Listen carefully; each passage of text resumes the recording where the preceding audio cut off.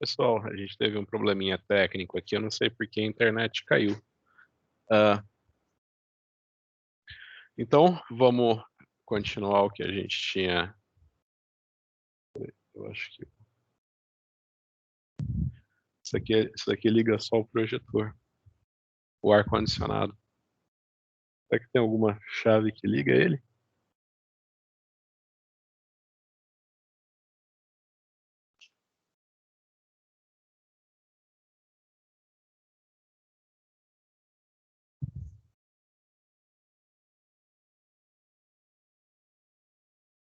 É, não tem o controle? É, não veio no penal. É, eu também não. Ah, desculpa, pessoal, os probleminhas técnicos, né? Então, eu vou falar que a gente vai começar a. Então, a gente tem a parte instrumental e a gente tem a parte clássica. Então, você imagina que a parte clássica que eu vou passar para vocês hoje é a parte das titulações, né? Então, você imagina que você faz as titulações, né? Você faz um método clássico. Você não precisa de nada para fazer uma titulação. Você só precisa de uma solução do teu agente titulante, de uma bureta e de um LMI. Então, também eu vou levar vocês no laboratório aqui no Campus 1, né? Você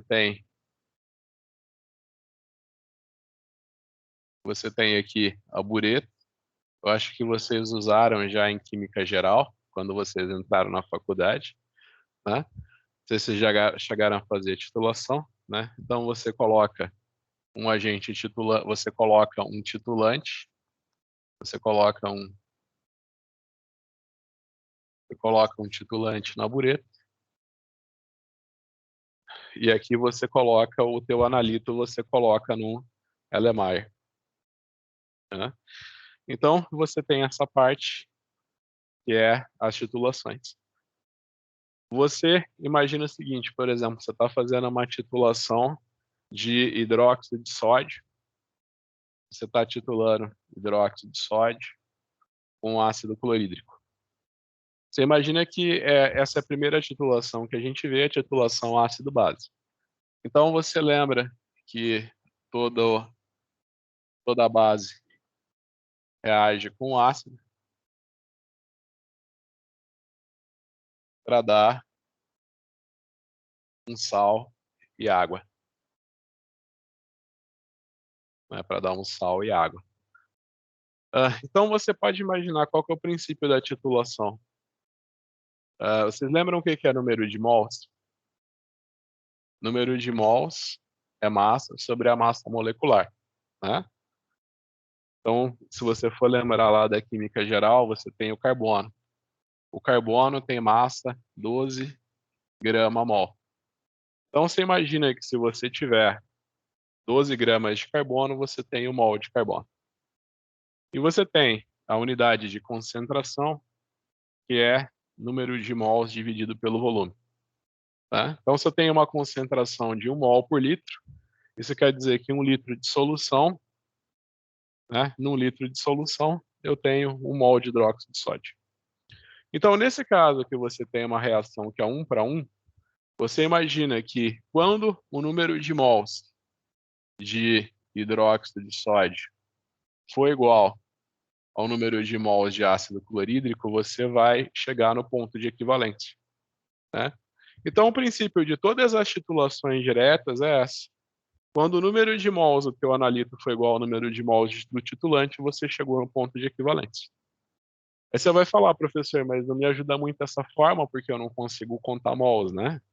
Mesmo que conseguisse, ia ser difícil, né? Lembra que o mol é 16, lembra que o número de átomos no mol é igual a 6, 0,22, vezes 10 a 23 átomos, né? O mol tem 6,022 vezes 10 a 23 átomos, então também não ia ser muito útil.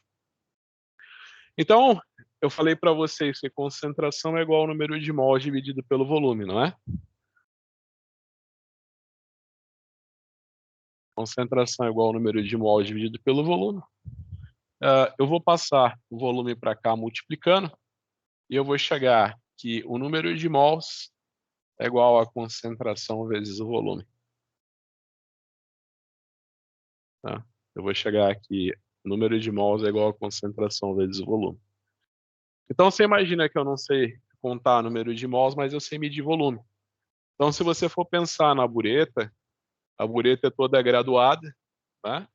Eu consigo medir o volume que eu estou colocando do meu titulante no meu Erlenmeyer, né? Então, eu sei a concentração do meu titulante e eu sei o volume do meu titulante que eu coloquei na solução.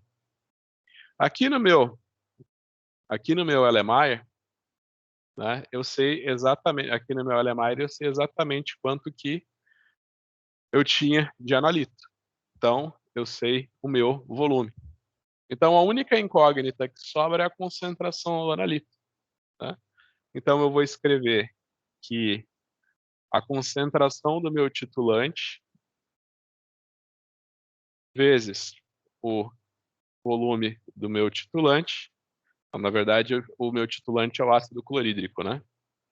Então, eu vou dizer que a concentração do meu titulante vezes o volume do meu titulante é igual à concentração do meu analito vezes o volume do meu analito, né?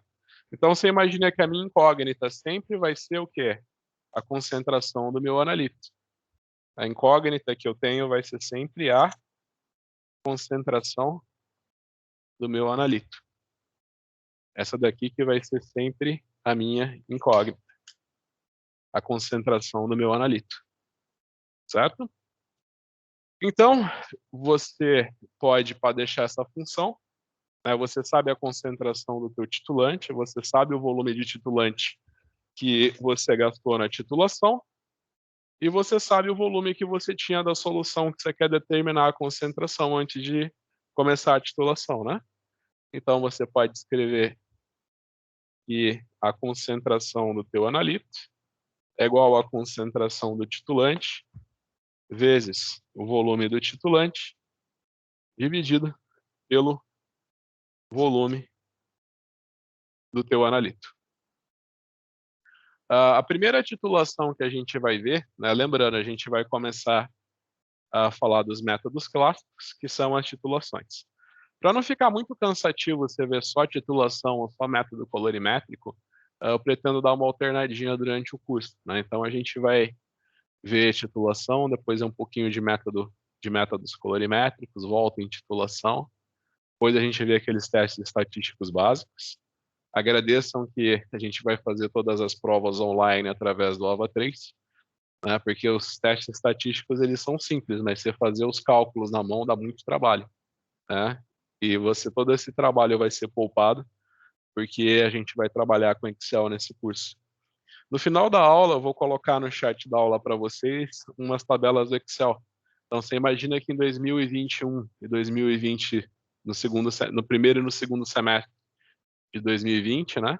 Eu não tinha quadro em casa, eu colocava os exercícios no Excel, a gente fazia todos os cálculos via Excel, né? Então, eu vou colocar para vocês verem. E como aqui eu só tenho a opção do quadro negro, né? Então, na aula que vem, eu vou fazer uma aula toda via Excel. Na semana que vem na semana que vem eu vou fazer uma aula toda via Excel para vocês verem o que vocês acham melhor. Que esse sistema também é um Leaf e é um pouquinho novo. Então a gente vai tentando se adaptar da melhor maneira possível a esse sistema. Tá? Então, quando a gente vai começar a falar de titulação ácido-base, né, eu vou ter que explicar um pouquinho para vocês da química ácido-base. Tá? Então, eu vou apagar a lousa aqui. Agora eu vou começar a dividir a lousa. Vocês conseguem ver esse pedaço da lousa? Eu não consigo ver o chat. Vocês conseguem ver bem esse pedaço da lousa? Hã? Ah, tá. Sim. Ah, que ótimo. Então, vamos começar a falar um pouquinho da definição da química ácido-base. Então, vamos lá. O que vocês acham que é um ácido? Bem, você tem a definição de Arrhenius, A definição de Arrhenius fala que quando você tem um ácido, né, esse ácido se dissocia para dar H+, para dar H+. Então, essa daqui, então você imagina que um ácido libera H+. Você imagina que uma base libera o H-, né?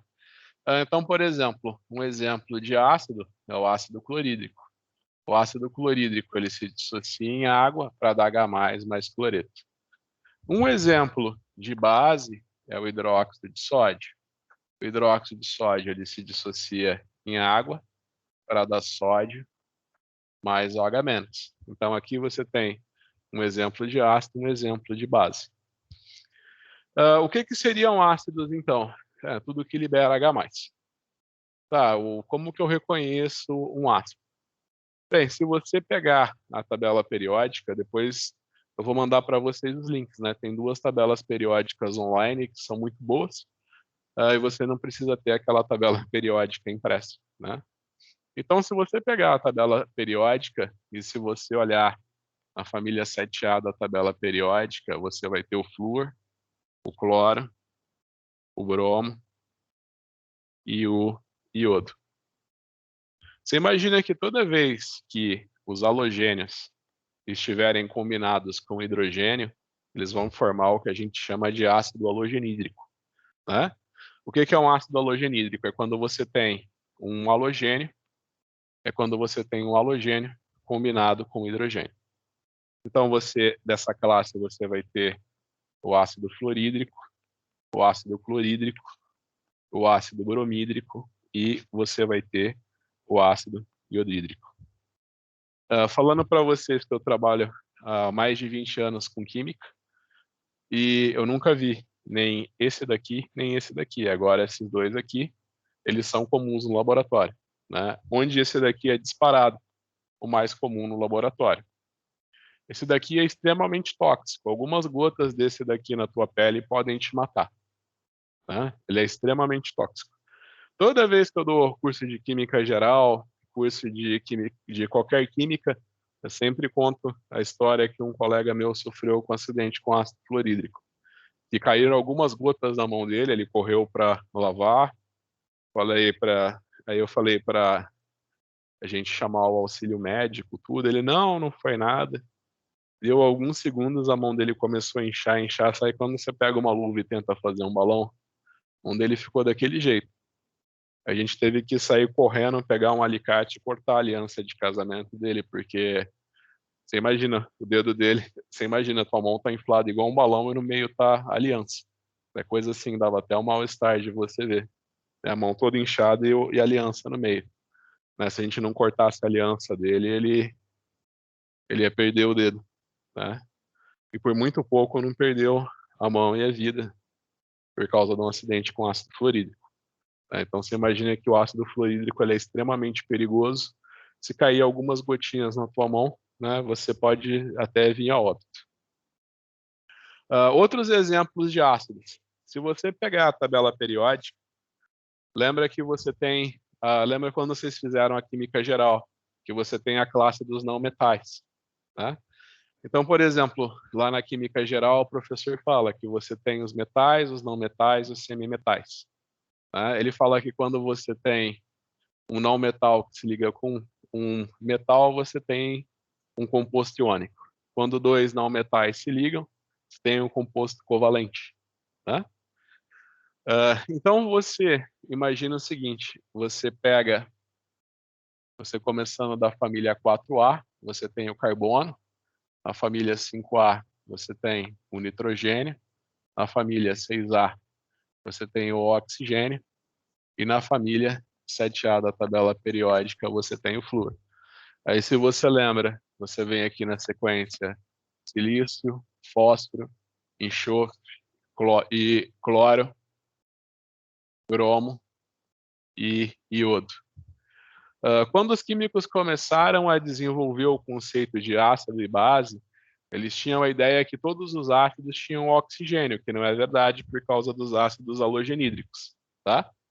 Então lembra que você tem essa classe que são os ácidos halogenídricos, você sempre vai colocar o prefixo hídrico, quando você for dar nome para eles. Então, você tem o ácido fluorídrico, o ácido clorídrico, bromídrico e iodídrico. Eu estava falando que no começo, os químicos achavam que não existia ácido sem oxigênio.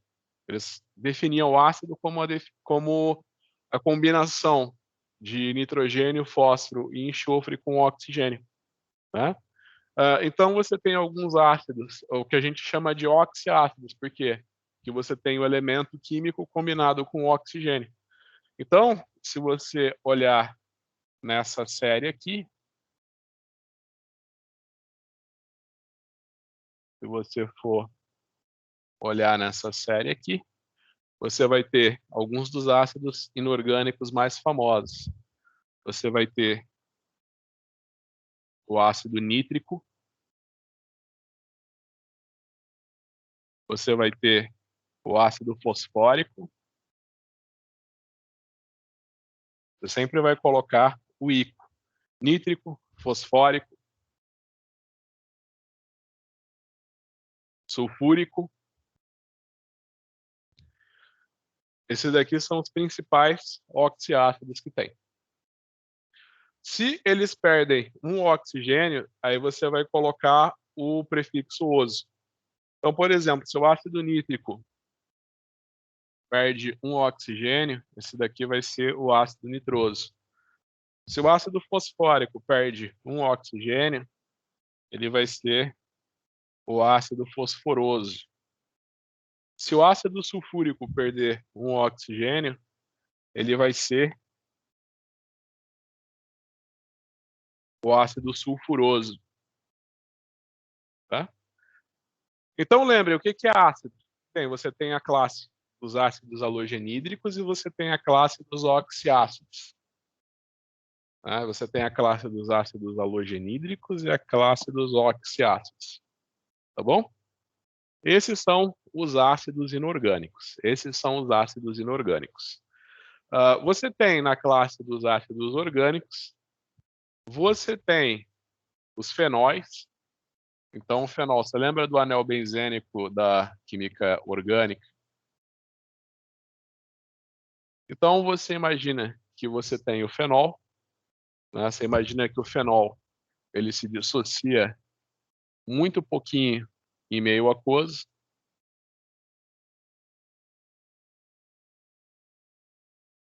Né? São ácidos extremamente fracos, né? Mas não confundam o poder de destruição de um ácido com a força dele. Né?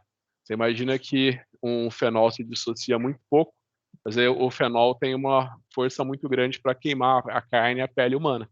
Né? Então você imagina que ele é um ácido fraco, mas ele pode fazer um estrago na sua pele. Você imagina que tudo depende também da quantidade. Então, os principais ácidos na química orgânica são os ácidos carboxílicos. Então, se você lembra lá das funções, se você lembra por exemplo, você tem o ácido acético, né? Você tem o ácido acético, por exemplo, que é o vinagre. Sabe aquele azedinho que você sente quando você tempera a salada com vinagre? Esse azedo vem do ácido acético. Então, você imagina que a principal classe de ácido orgânico que tem são os ácidos carboxílicos. O ácido carboxílico ele é definido por quê? Por uma dupla ligação e uma ligação OH no carbono. Esse daqui é um ácido carboxílico. Né? Um exemplo clássico de ácido carboxílico é o vinagre. Né? Ou quando aqui, você imagina que aqui é uma metila, né? Quando você tem aqui hidrogênio, você imagina que esse é o ácido fórmico, né? O ácido da formiga. Né? Então você imagina que os ácidos orgânicos, a principal classe, são os ácidos carboxílicos e os ácidos inorgânicos são esses que eu apresentei para vocês. Tá?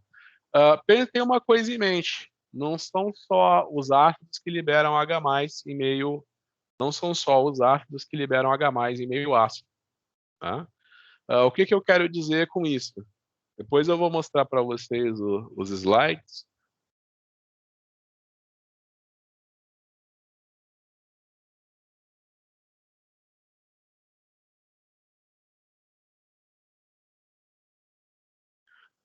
Lembra que, por exemplo, quando eu dou o curso de Química Geral, eu vou falar dos cátions, né?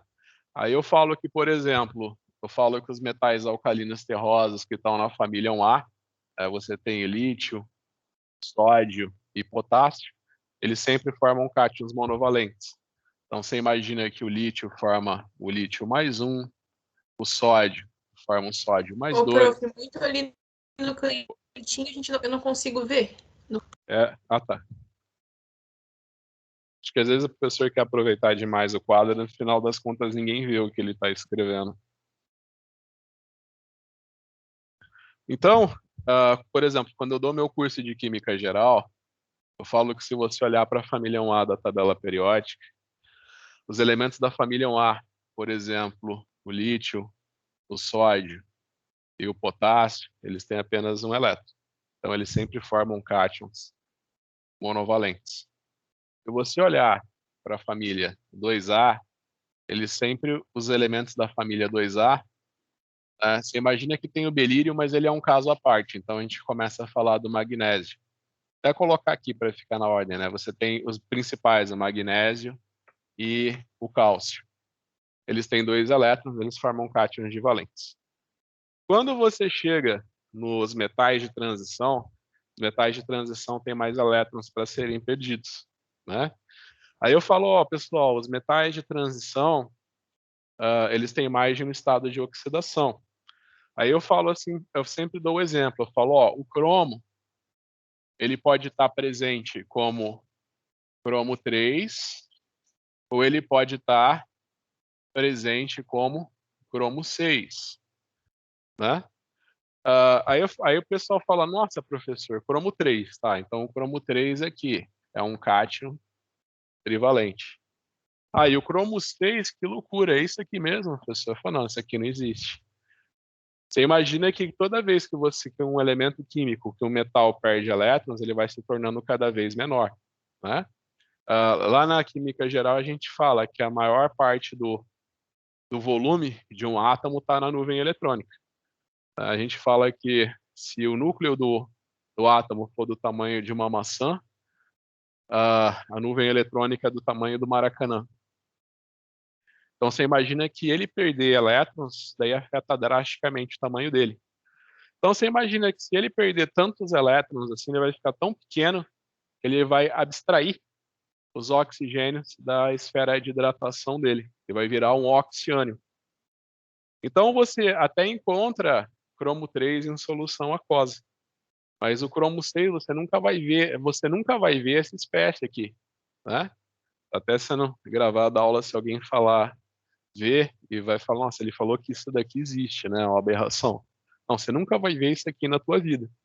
O cromo 6, ele está sempre na forma de oxiânions, porque você imagina que se ele perdesse de fato os 6 elétrons, ele ia ficar tão pequenininho que ele ia abstrair os oxigênios da esfera de hidratação dele. Então você imagina que o cromo 6, em meio ao alcalino, ele vai estar presente na forma de cromato, isso daqui, e em meio alcalino, vou colocar um H- aqui para vocês. E o, em meio ácido, ele vai estar na forma de dicromato, tá? Tudo na forma de oxiânions. E o manganês? O manganês, você pode encontrar o manganês como manganês 2, você pode encontrar ele como manganês 4, e você pode encontrar ele como manganês 7. O que que manganês 2 ele é um cátion divalente. E o manganês 4, você imagina que isso daqui você não vai conseguir arriscar, que isso daqui você nunca vai ver, né? Você vai ter ele na forma de um óxido. O manganês 4 é o dióxido de manganês. E o manganês 7 é o permanganato.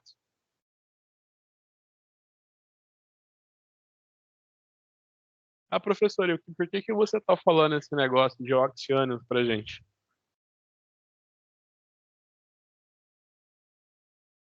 Se você tiver ferro 3 em solução, se você tiver, você prepara uma solução de ferro 3. Tá? Então você pode preparar, você no ensino médio eles ensinam até alguns livros de uma maneira errada, que o ácido é ácido, a base é base, o sal é neutro, né? Então você pega um sal, por exemplo, um nitrato, você vem aqui e pega o nitrato de ferro 3. Ou você vem aqui e você pega o cloreto de ferro 3. São todos sais. Aí falar, sal é neutro, né? Ele não vai alterar o pH da solução. Se você prepara uma solução de cloreto de ferro 3 ou nitrato de ferro 3, com o tempo você vai observar que vai formar um precipitado marrom no fundo do frasco. E se você medir o pH, você vai ver que a tua solução está ácida. O que aconteceu? Você imagina que o ferro 3 ele tem uma carga alta. Ele é um cátion trivalente.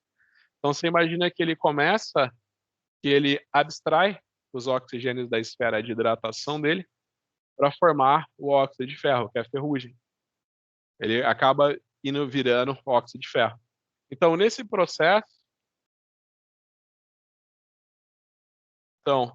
processo aqui, ele acaba liberando H+. Então, uma solução de cloreto de ferro 3 ou de nitrato de ferro 3 são soluções ácidas. Você imagina que cátions com estado de oxidação maior do que 2, eles tornam a solução ácida, justamente por causa desse fenômeno, né? Então, se você prepara uma solução de cloreto de ferro 3 ou de nitrato de ferro 3, com o tempo você vai ver um precipitado no fundo do frasco, que vai ser o óxido de ferro 3, que você também conhece por ferrugem, e o pH da tua solução vai aumentar. A mesma coisa acontece com alumínio. Também é um cátion trivalente. Se você preparar uma solução de sulfato de alumínio ou de cloreto de alumínio, você imagina que quando você dissolver esse sal em água, a sua solução vai ficar ácida. Tá? Na verdade, você nem pode dissolver o tricloreto de alumínio em água, né? Se você pegar o tricloreto de alumínio puro e jogar na água, ele reage de maneira explosiva, tá? Tem muita gente que usa o tricloreto de alumínio hidratado e acha que ainda é tricloreto de alumínio, né? Você imagina que o tricloreto de alumínio, desculpa, o cloreto de alumínio, eu não posso falar tricloreto, né? Porque o alumínio sempre vai formar cátions trivalentes, né? Então, eu só falar cloreto de alumínio, você já sabe que a fórmula é essa daqui, né? A fórmula é essa daqui. Então, você imagina que esse sal ele é muito utilizado em síntese orgânica, só que ele é muito higroscópico. E se ele for hidratado, a ligação alumínio-cloro ela é rompida, tá? Bem, enfim, então tenham em mente que cátions em estado de oxidação maior do que 2 tendem a tornar a solução bem ácida. Exemplo do ferro 3 e do alumínio 3. Tá? Ferro 3 e alumínio 3. Então agora vamos falar um pouquinho das bases. Então lembrem-se lembrem-se dos ácidos, tá? Você tem os oxiácidos, os ácidos halogenídricos e sais de metais em estado de oxidação maior do que 2.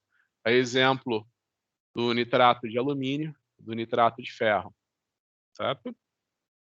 Agora vamos falar das bases.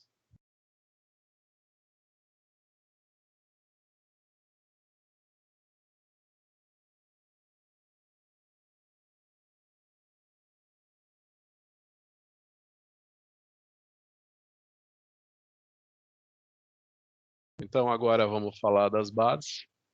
Mais uma vez, se você olhar para a família 1A, para a família 2A, então aqui você vai ter o lítio, o belírio. O belírio você deixa de lado que ele é um pouco, eles lembra que eles falam que toda família tem sempre um diferente, né? Na tabela isso daí é uma tendência periódica. Você imagina que o primeiro elemento de cada família ele é diferente dos demais, ele é bem diferente dos demais elementos da família, né? Essa é uma tendência periódica. Então aqui você tem lítio, sódio, potássio. Aqui você tem magnésio e cálcio. Você tem esses elementos químicos aqui.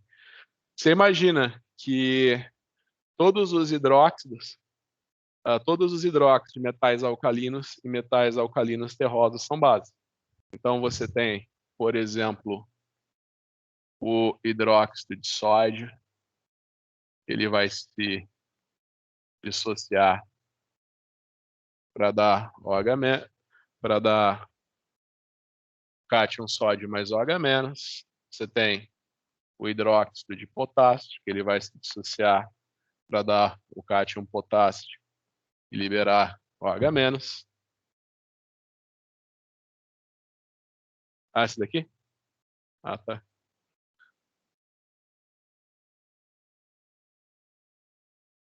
Então, basicamente, pessoal, estou falando que então você tem, né, a família 1A. Eu estou falando que todos os hidróxidos da família 1A e da família 2A são bases. Então é só você olhar na tabela periódica, né?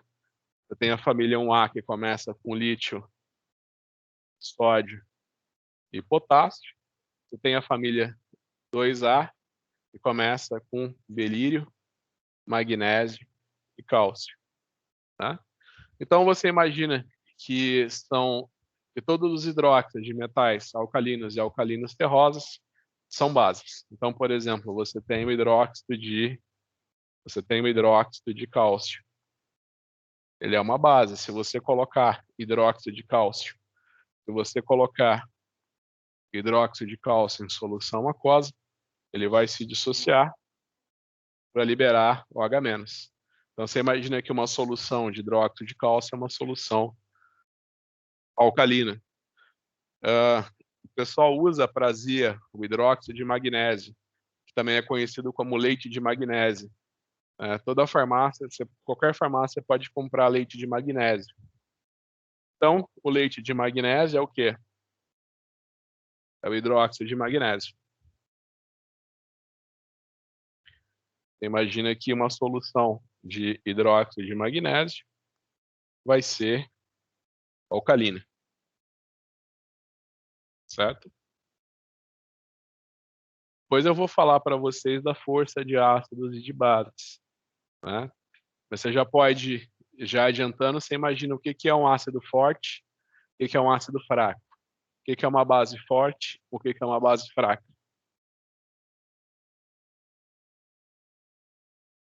Você imagina que um ácido forte dissocia 100%. Ele está 100% dissociado em água, né? Então, por exemplo, se eu tenho uma solução de ácido clorídrico, na verdade eu não tenho ácido clorídrico nenhum, porque todo o meu ácido clorídrico vai estar dissociado na forma de H+ e Cl-. Todo o ácido forte se dissocia 100%. Exemplo do ácido clorídrico. Os ácidos fracos, por exemplo, todos os ácidos orgânicos são fracos. Então a gente vem aqui e fala do ácido acético, né? O ácido acético é o vinagre que você põe na tua salada. Você imagina que uma solução, então que uma solução de ácido acético, uma pequena porcentagem do ácido acético vai estar dissociada para liberar H+, tá? Nesse momento você já imagina por que você tempera a salada com vinagre e não com ácido clorídrico, tá? Então, falando da força dos ácidos e das bases, você imagina que uma base forte dissocia 100%.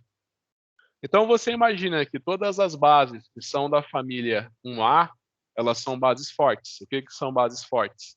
Elas se dissociam 100% em meio aquoso. Então, todos os hidróxidos da família 1A, elas são bases e são bases fortes. Então, se você tiver uma solução de hidróxido de lítio, na verdade, você não tem hidróxido de lítio, porque todo ele vai estar dissociado como cátion lítio mais OH-. Você tem uma solução de hidróxido de potássio, todo hidróxido de potássio vai estar dissociado como potássio mais OH-. Hidróxido de sódio. Todo o hidróxido de sódio vai estar dissociado como sódio e OH-. Ok? Todo ele vai estar dissociado dessa forma. Todo ele estará dissociado dessa forma. Você imagina que os hidróxidos da família 2A eles já são hidróxidos, eles já são bases fortes. Por que você acha que você pode tomar leite de magnésia mesmo ele sendo uma base? Por quê? Porque ele é uma base fraca. Então você imagina que você está com azia e você toma hidróxido de magnésio, todo o hidróxido de magnésio que você está tomando vai reagir com o ácido clorídrico que está no teu estômago e ser neutralizado. O excesso, ele vai ficar, ele vai se dissociar muito pouco, não vai te fazer mal, né? Então você imagina que, por exemplo, você toma leite de hidróxido de magnésio. Ele é uma base fraca, ele se dissocia muito pouco, então você pode tomar. Se você tomar hidróxido de sódio, você pode vir a óbito, né? Por quê? Porque ele dissocia completamente, ele vai queimar toda a tua garganta, né? Mais à frente, a gente falar das normas, você lembra das normas de segurança de laboratório? O que acontece se alguém ingere ácidos ou bases? Se alguém ingere uma solução de ácido ou base por engano, o que a gente faz? Provoca o vômito?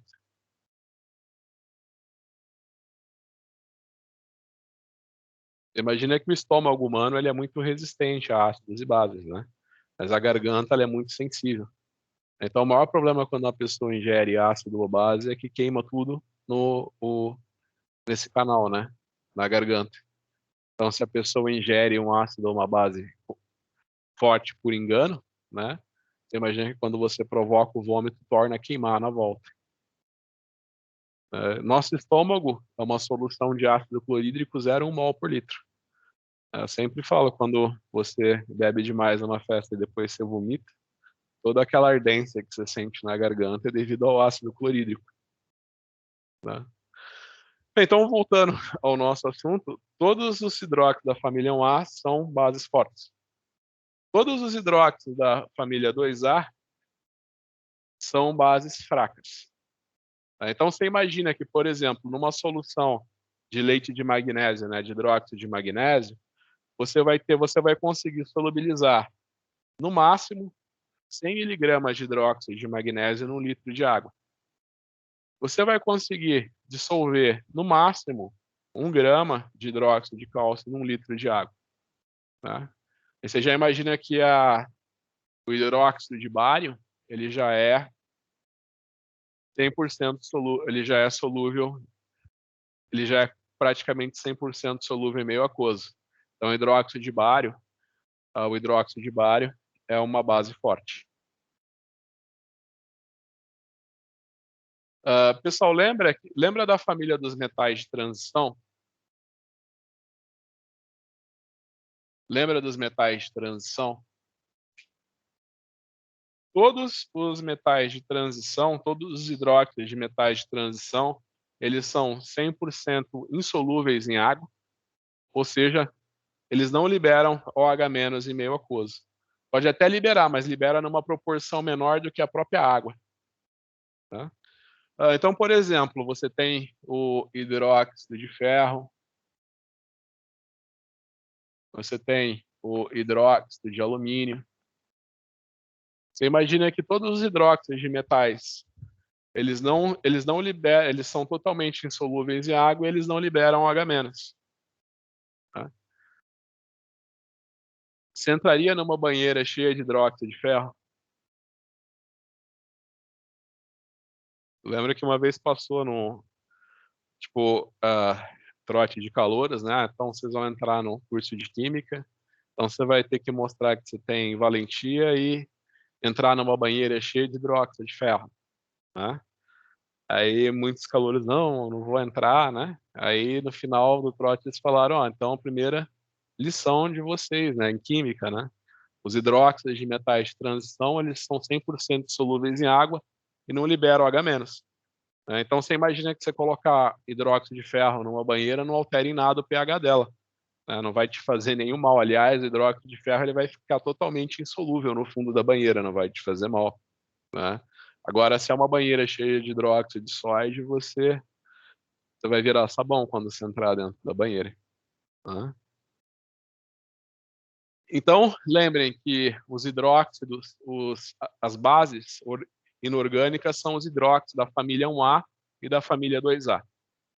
Tá? As bases fortes são os hidróxidos da família 1A. Bases, hidróxidos da família 1A e 2A. Os hidróxidos da família 2A são fracos, exceto o hidróxido de bário. Todos os hidróxidos de metais de transição são 100% insolúveis em água e não liberam H- em meio aquoso. Tá? E o que seria uma base orgânica? Seriam todas as aminas. A amina é quando o nitrogênio está na hibridização sp3. Então, das bases, lembra que eu falei para vocês dos ácidos orgânicos? Que a classe dos ácidos orgânicos são os ácidos carboxílicos, né? Então, você imagina que as bases orgânicas é quando você tem o nitrogênio em hibridização sp3. Por exemplo, a amônia. Então, você tem aqui a amônia. E você tem, quando a amônia é substituída por radicais orgânicos, né? Você tem as aminas primárias, secundárias e terciárias. Então, por exemplo, eu substituí um dos hidrogênios da amônia por um radical orgânico. Eu tenho uma amina primária. Eu substituí 2 hidrogênios da amônia por radicais orgânicos. Eu tenho uma amina secundária. Eu substituí os 3 hidrogênios da amônia por radicais orgânicos. Então, eu vou ter uma amina terciária. Então, você imagina que a amônia e as aminas primárias, secundárias e terciárias são as bases orgânicas. Todas as bases orgânicas são fracas. Então, toda base orgânica é fraca, assim como todo ácido orgânico é fraco. Professor, quais seriam os ácidos fortes? Sempre que eu falo, quando eu dou o curso, eu falo para vocês, todos os ácidos são fracos, exceto. Então, existem pouquíssimos ácidos que são fortes, que se dissociam totalmente em meio aquoso. Então, dentro da classe dos ácidos fortes, você vai ter lá na família 7A os ácidos halogenídricos. Você vai ter o ácido clorídrico, o ácido bromídrico e você vai ter o ácido iodídrico. Né? São os 3 ácidos halogenídricos que são fortes. O ácido fluorídrico ele é um ácido fraco, por quê? Porque ele se dissocia apenas, imagina que esse daqui ele se dissocia apenas 45% em meio aquoso, não 100%. Então, o que eu falei, às vezes o pessoal vem com aquela ideia de que a força de um ácido está associada com o poder de destruição do ácido, não tem nada a ver. Né? Você não vai deixar cair ácido clorídrico concentrado na tua pele, né? Você também imagina que vai queimar a tua pele se cair um ácido clorídrico concentrado na tua pele, né? Mas você não vai vir a óbito. Se cair algumas gotinhas só do ácido fluorídrico na tua pele, você pode vir a óbito, tá? Então lembra que dos ácidos fortes, os únicos ácidos fortes que existem são os ácidos halogenídricos, né? Exceto o fluorídrico. O ácido fluorídrico é o único ácido halogenídrico que é fraco. Dentro da classe dos oxiácidos, você tem o ácido sulfúrico e você tem o ácido nítrico como ácidos fortes. O ácido fosfórico é um ácido fraco. Então, você imagina que o ácido fosfórico é um ácido fraco. Dentro da classe dos oxiácidos, esse daqui é um ácido fraco e esses daqui são fortes. Então, com exceção do ácido clorídrico, bromídrico e iodídrico, do ácido sulfúrico e do ácido nítrico, todos os ácidos são fracos. Todas as bases são fracas, exceto os hidróxidos da família 1A, hidróxido de lítio, de sódio e de potássio. Vocês lembravam disso do curso de Química Geral?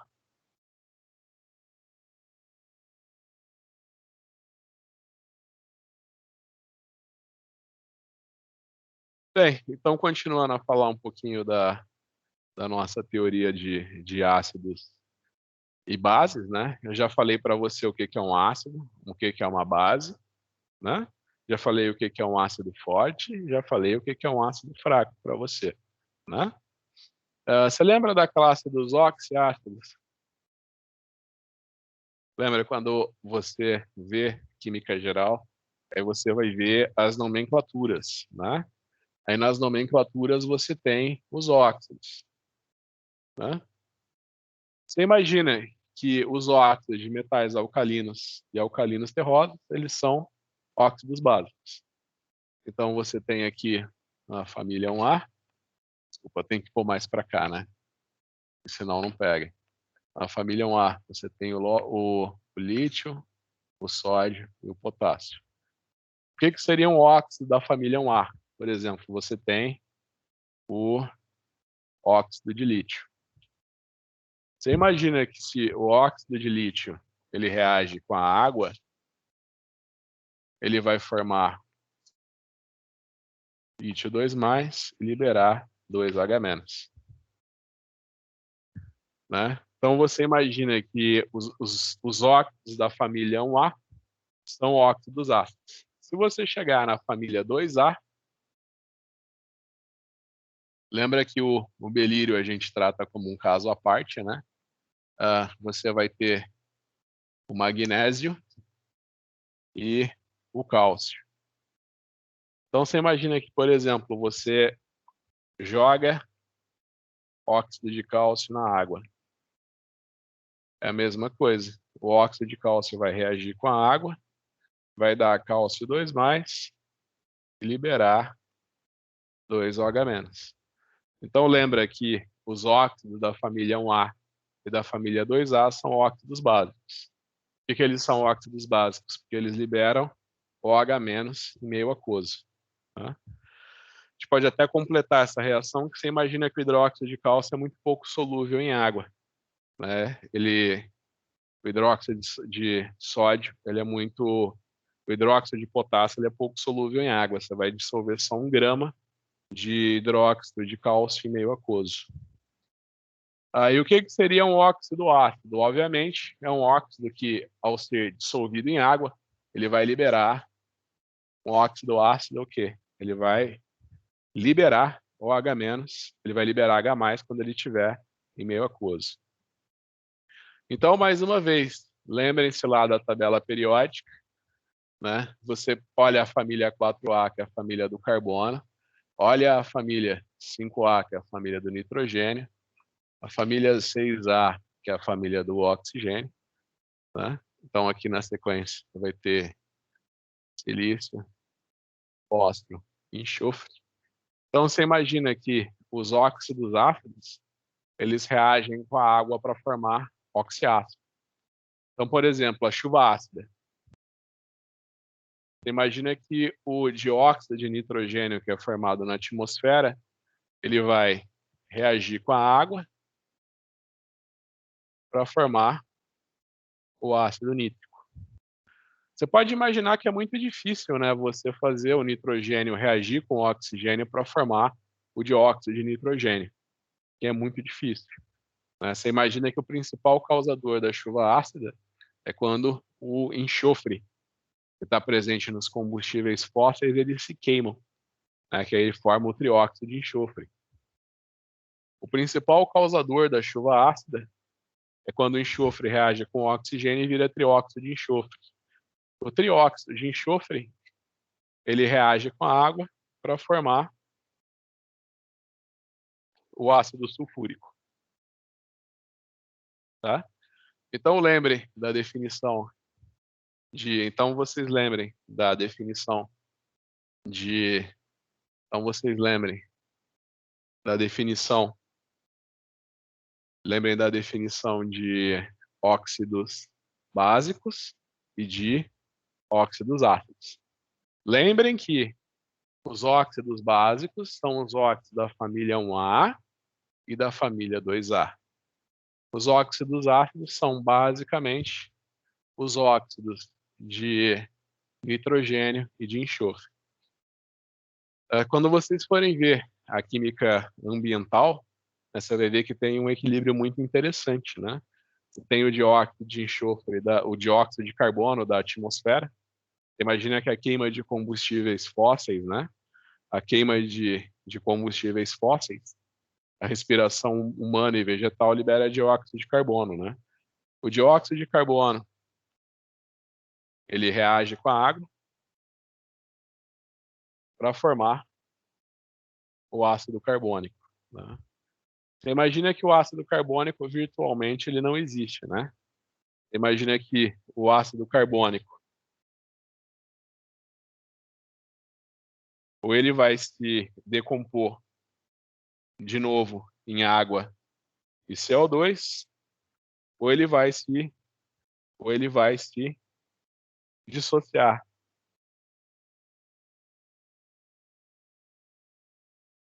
para dar H+ e bicarbonato, certo?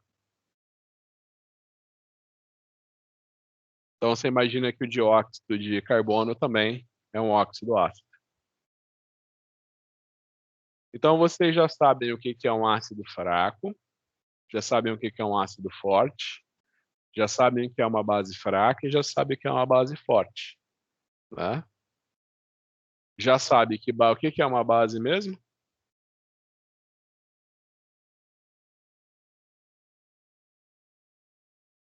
O que é uma base inorgânica? O que é uma base inorgânica? Então lembrem, base. O que é uma base? Lembrem que vão ser os hidróxidos de metais alcalinos e metais alcalinos terrosos. Exemplo,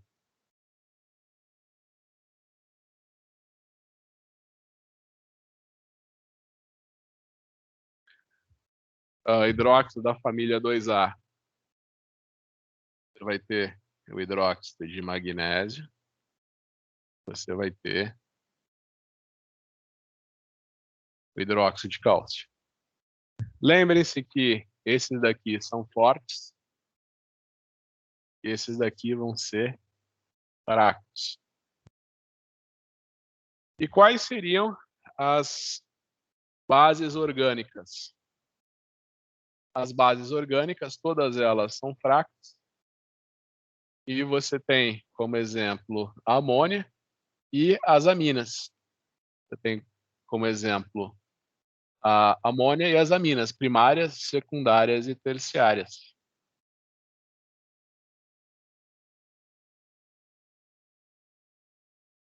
Certo? E os ácidos?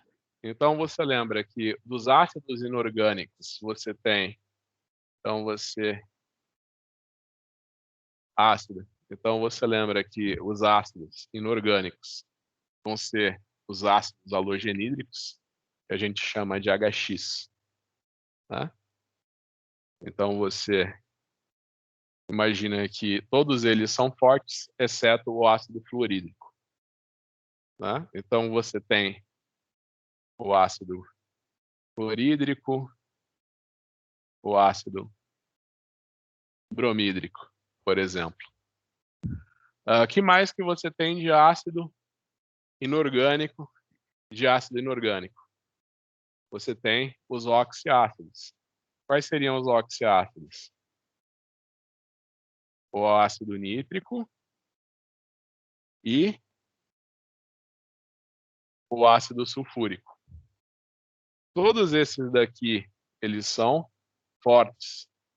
Por que eles são fortes? Porque eles se dissociam completamente em meio aquoso. Quais seriam as exceções, os que são fracos? O ácido fluorídrico e o ácido fosfórico.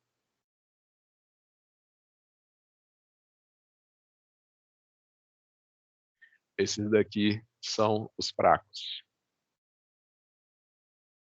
Esses daqui são os fracos.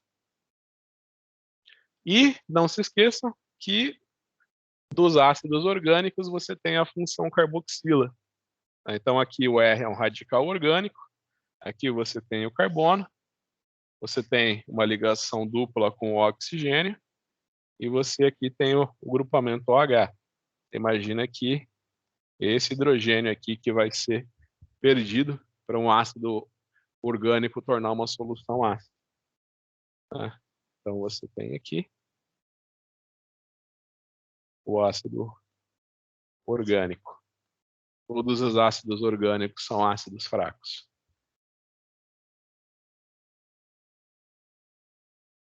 Pessoal, com essa... Deixa eu só ver que horas são.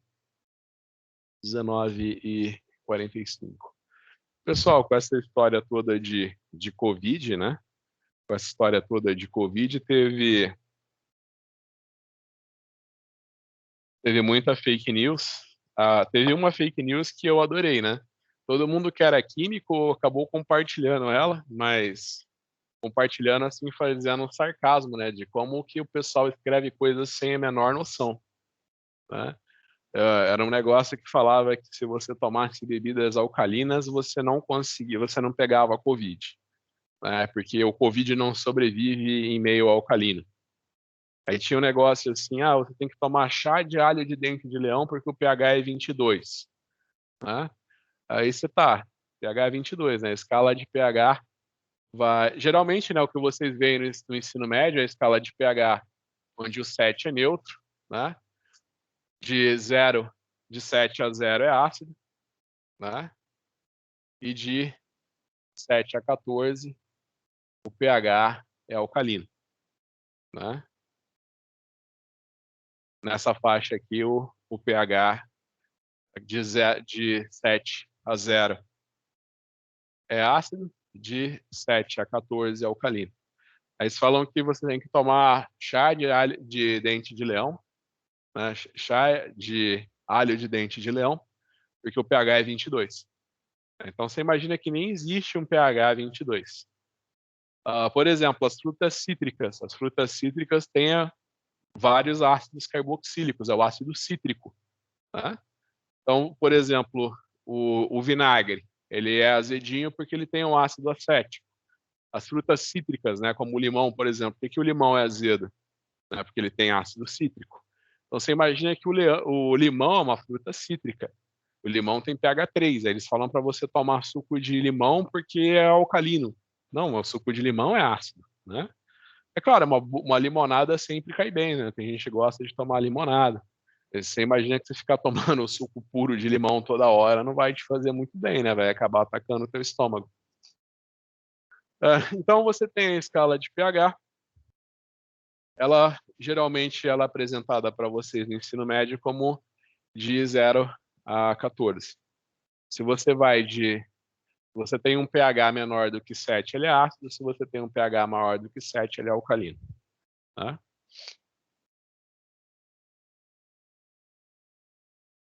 Então você imagina o seguinte: o que vocês acham que é o pH? O que é pH mesmo? O pessoal fala de pH, pH, mas o que é o pH?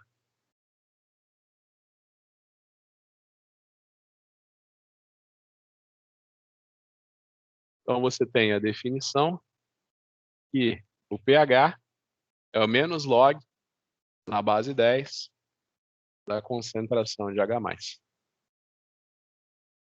Tá? Na verdade, né, é a atividade do H+, mas aqui nesse curso, para a gente não ter que ficar toda hora calculando a atividade, a gente vai fazer uma aproximaçãozinha que é a concentração do H+, né? Mas na verdade é a atividade, né? Nesse curso a gente vai usar só concentração, não vai utilizar atividade, né? Por mero simplismo. Então você pensa o seguinte: na química, toda vez que você vê P alguma coisa, você vê assim, P alguma coisa, isso quer dizer menos log na base 10. Então você pensa que não só na química, em todas as ciências, como a engenharia, esse P quer dizer menos log na base 10. Então, se, por exemplo, você vê Px, isso aqui é menos log na base 10 de X.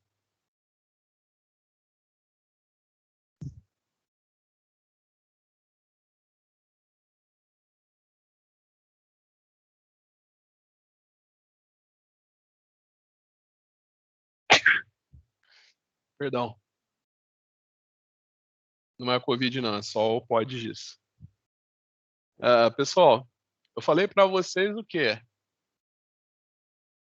Que o ácido clorídrico, ele é um ácido forte, né? Se ele é um ácido forte, ele se dissocia completamente em H+ e Cl-, tá? Então tá, se eu tenho uma solução de ácido clorídrico, tem concentração 0,1 mol por litro, que é mais ou menos a concentração de ácido clorídrico que tem no estômago humano. Qual que é o pH dessa solução? Qual que é o pH dessa solução?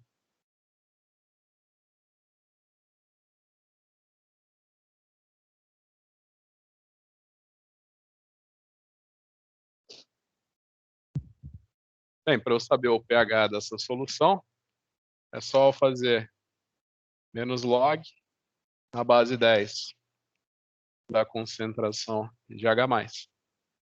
Então é só eu fazer igual menos log na base 10.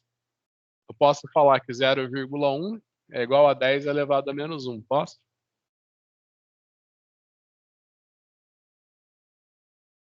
Então vai cair o expoente, ó. Você tem log de 10 na base 10, né? Então cai o expoente. Então você vai ter menos 1 que multiplica menos 1. Isso daqui é igual a 1. Eu lembro que quando eu estou no curso de Química Geral, e tem aluno que não vê isso no ensino médio, ele me fala, professor, mas por que esse menos log na base 10? Por que não log na base 10? Aí você tem que lembrar, né? Você imagina que log de qualquer número menor do que 1 é negativo. Se você não está acreditando em mim, você pega na calculadora e faz log de qualquer número menor do que 1. Por exemplo, você pode fazer 0,01, você pode fazer 0,9999, que também é menor do que 1. Pode pôr na calculadora, menos log de qualquer número menor do que 1. Você vai ter sempre uma resposta negativa. Você imagina que na natureza as concentrações de H+ são sempre menores do que 1. Então você imagina que o menos da fórmula também é para a gente não trabalhar sempre com valores negativos de pH. Agora, se você tem uma concentração de ácido maior do que 1, você tem um pH negativo. Ah, professor, existe pH negativo? Claro que existe.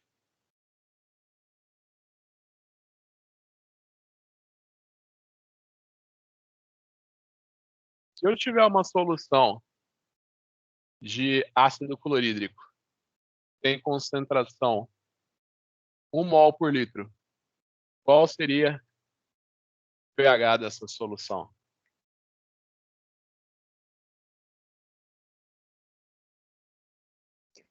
Qual seria o pH dessa solução?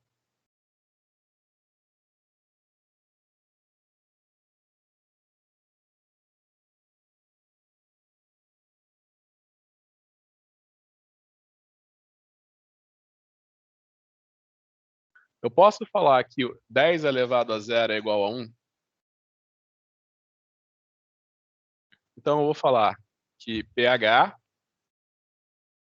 é igual a menos log na base 10 e 10 elevado a 0. O que vai cair? O expoente. Então eu tenho que o pH é 0. Lá no laboratório de Química Geral, na Química Geral, eu preparo com os meus alunos uma solução de ácido clorídrico diluída através da diluição de uma solução de ácido clorídrico concentrado, né? Como é que eu faço isso? Qual que é o pH de uma solução? Desculpa, qual que é o pH de uma solução de ácido clorídrico concentrado?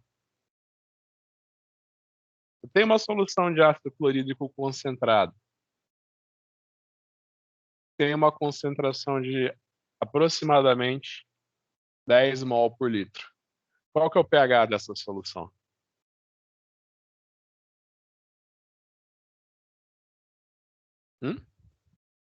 É 1.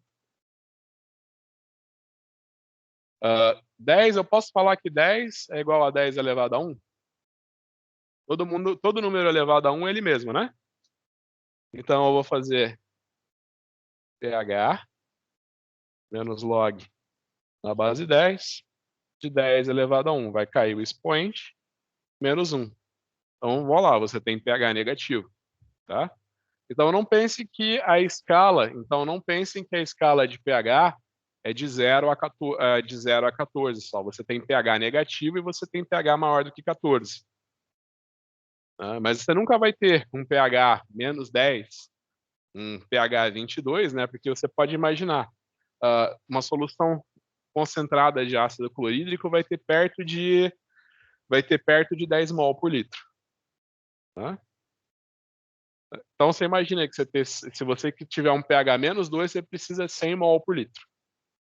Uma solução de ácido sulfúrico concentrado tem 18 mol por litro de ácido sulfúrico. Só que você imagina que uma solução de ácido sulfúrico concentrada, 18 mol por litro, ó, vamos colocar aqui em números para vocês entenderem. Você imagina que uma solução concentrada de ácido sulfúrico, a gente não prepara no laboratório de ensino de química a solução diluída de ácido sulfúrico. Por quê? Porque ele é um ácido oxidante, né? E se alguém tem a brilhante ideia de colocar água no ácido, ele espirra e onde ele cair, ele causa queimadura de terceiro grau, né? O ácido clorídrico, não que vocês vão colocar água no ácido clorídrico, é mais difícil isso acontecer. Você imagina então que uma solução concentrada de ácido sulfúrico tem 18 mol por litro. Essa solução é 97%. O que isso quer dizer? Se eu pegar 100 gramas de ácido dessa solução, 97 gramas é ácido sulfúrico e 3 gramas é água. Então você imagina que já não é mais uma solução aquosa, é ácido sulfúrico puro. A água ali é traço. Né? Então você imagina assim que no maior do que 10, uma solução com uma concentração maior do que 10, já não é nem aquosa mais, né? Que é ácido sulfúrico puro. Também, então você imagina que você pode ter pHs ligeiramente menores do que -1, mas você nunca vai ter um pH -2. Né? Você pode ter um pH 15 e um pH um pouquinho maior do que 15.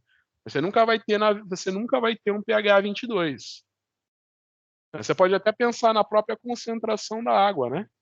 Lembra quando a gente faz concentração? Né? A gente vai fazer a concentração de uma solução. Né? A gente faz a massa dividido pela massa molecular vezes o volume. Você não lembra dessa forma, depois a gente vai deduzir ela em detalhes nas próximas aulas, né? Então, você for imaginar que 1 litro de água tem 1 quilo, né? Então, se você for pensar, ó, você tem 1.000 gramas de água, a massa molecular da água é 18 e o volume é 1, né? Qual que é a concentração dessa solução? 1.000 dividido por 18.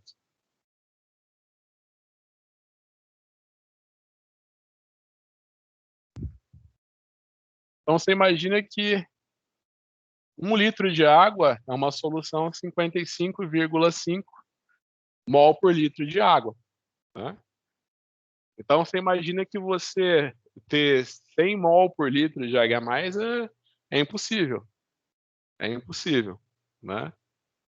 Para você chegar a um pH 2, né? A um pH menos 2. Né? Da mesma forma, você imagina um pH 16. Né? É impossível. Você tem um pHs negativos e um pouquinho menor do que 1, pH maior do que 14 e um pouquinho maior do que 15, mas nunca um pH 22, igual falava a mensagem do WhatsApp. Né? Agora, você imagina que você vai tomar uma solução que tem um pH 15, 16 também, né? É o fim da tua vida. É o fim da tua vida você tomar uma solução com pH tão alto. Ela vai ser extremamente alcalina, né? Vai queimar todos os tecidos da tua garganta, tá? Então, perfeito. Então, vocês já sabem como calcular o pH, né? Então, lembra que o pH é menos log na base 10 da atividade de H+. Nesse curso, a gente está falando que é a concentração de H+. Então, pH é menos log na base 10 da concentração de H+. Tá? Então, vocês já sabem calcular o pH. Vocês lembram o que é pOH? Ou como é que eu correlaciono? Vocês lembram como que eu correlaciono a concentração de H+ com a concentração de OH-?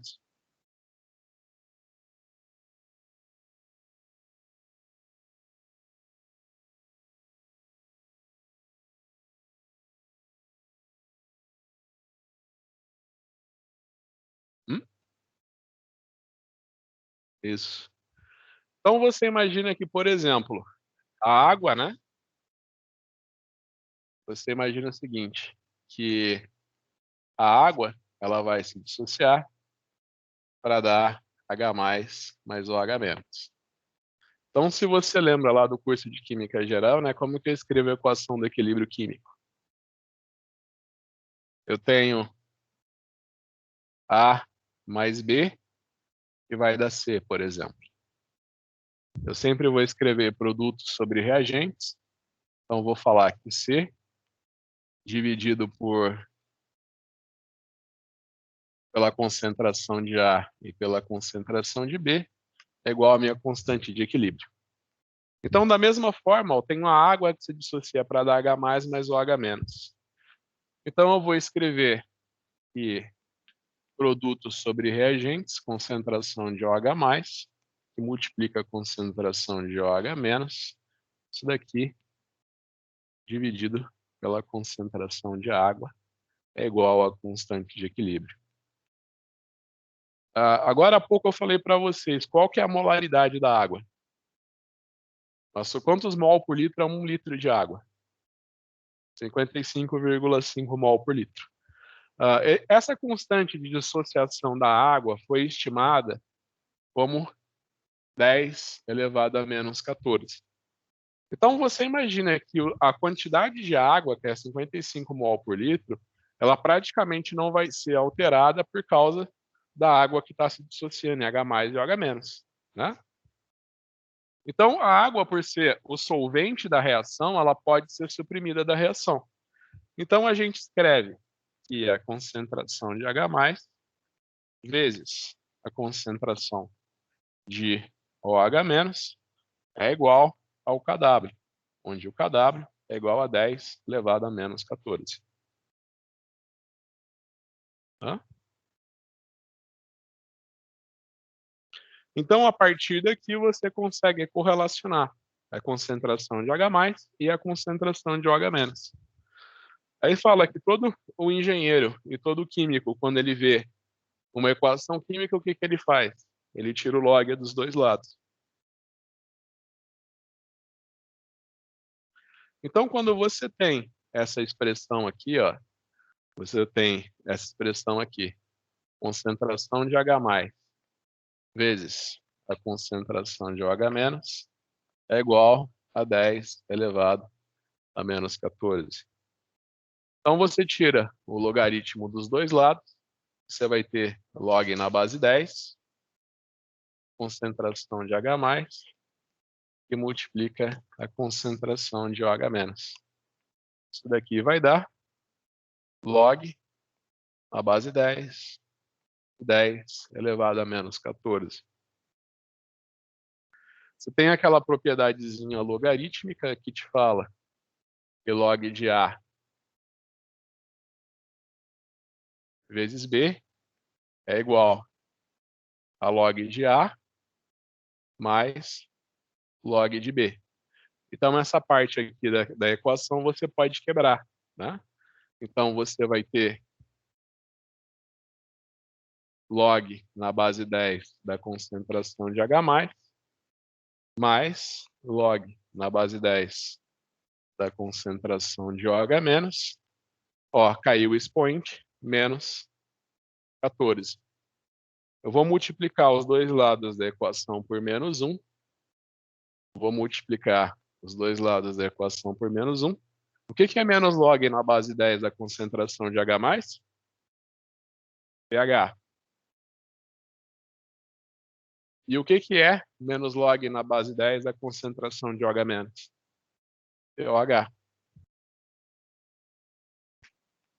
Então, daí a gente chega na expressão que pH mais pOH é igual a 14.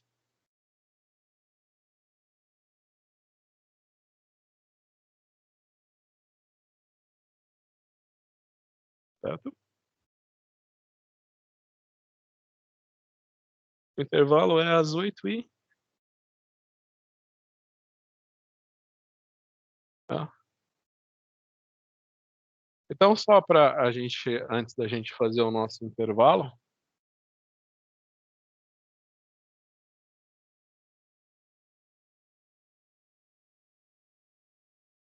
então eu falei para vocês que o hidróxido de sódio é o quê? Falei que o hidróxido de sódio, o hidróxido de sódio, ele é uma base forte, né? Então você tem que o hidróxido de sódio é uma base forte, ele vai se dissociar cada sódio mais OH-, ele se dissocia 100%. Se eu tenho uma solução de hidróxido de sódio que é 0,1 mol por litro, qual que é o pH dessa solução? Qual que é o pH dessa solução?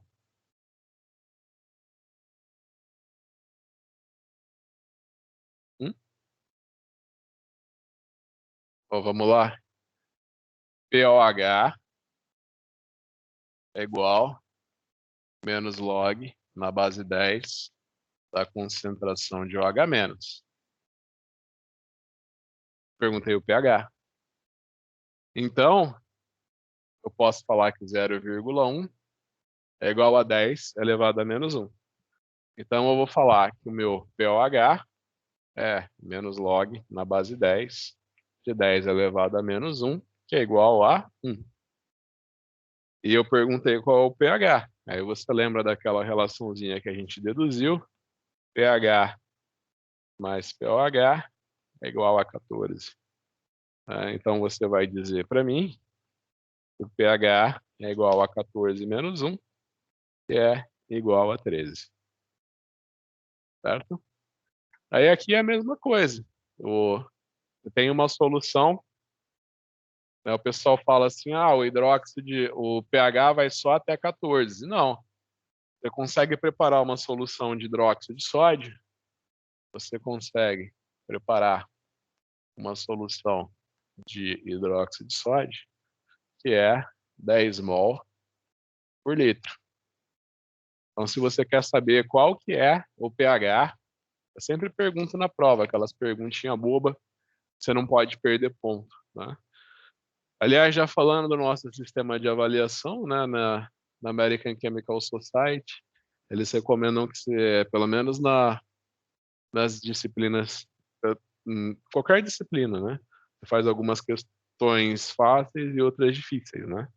Então, o aluno ele não pode errar as questões fáceis, tá? Então, uma das questões fáceis que eu faço sempre é perguntar qual que é o pH de uma solução de hidróxido de sódio de 10 mol por litro. Tá? Então, você lembra que 10 é igual a 10 elevado a 1. Né? Então, se você for ver o pOH dessa solução, você tem menos log na base 10 de 10 elevado a 1. Então, o pOH dessa solução é menos 1. Qual que é o pH dessa solução? pH mais pOH é igual a 14.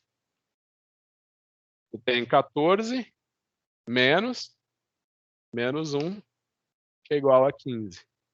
Então, lembra, o pH é de 0 a 14. Sim. Mas você tem uma solução de ácido clorídrico concentrada que é 10 mol por litro. Tem pH menos 1. Você tem a solução de hidróxido de sódio 10 mol por litro, o pH é 15. Tá? Então, a gente para por aqui e a gente retoma daqui a uns 10 minutos a nossa aula, então. Tá? Então, obrigado. Então, pessoal, a gente vai dar um intervalinho e a gente já recomeça, então, daqui a 10 minutos.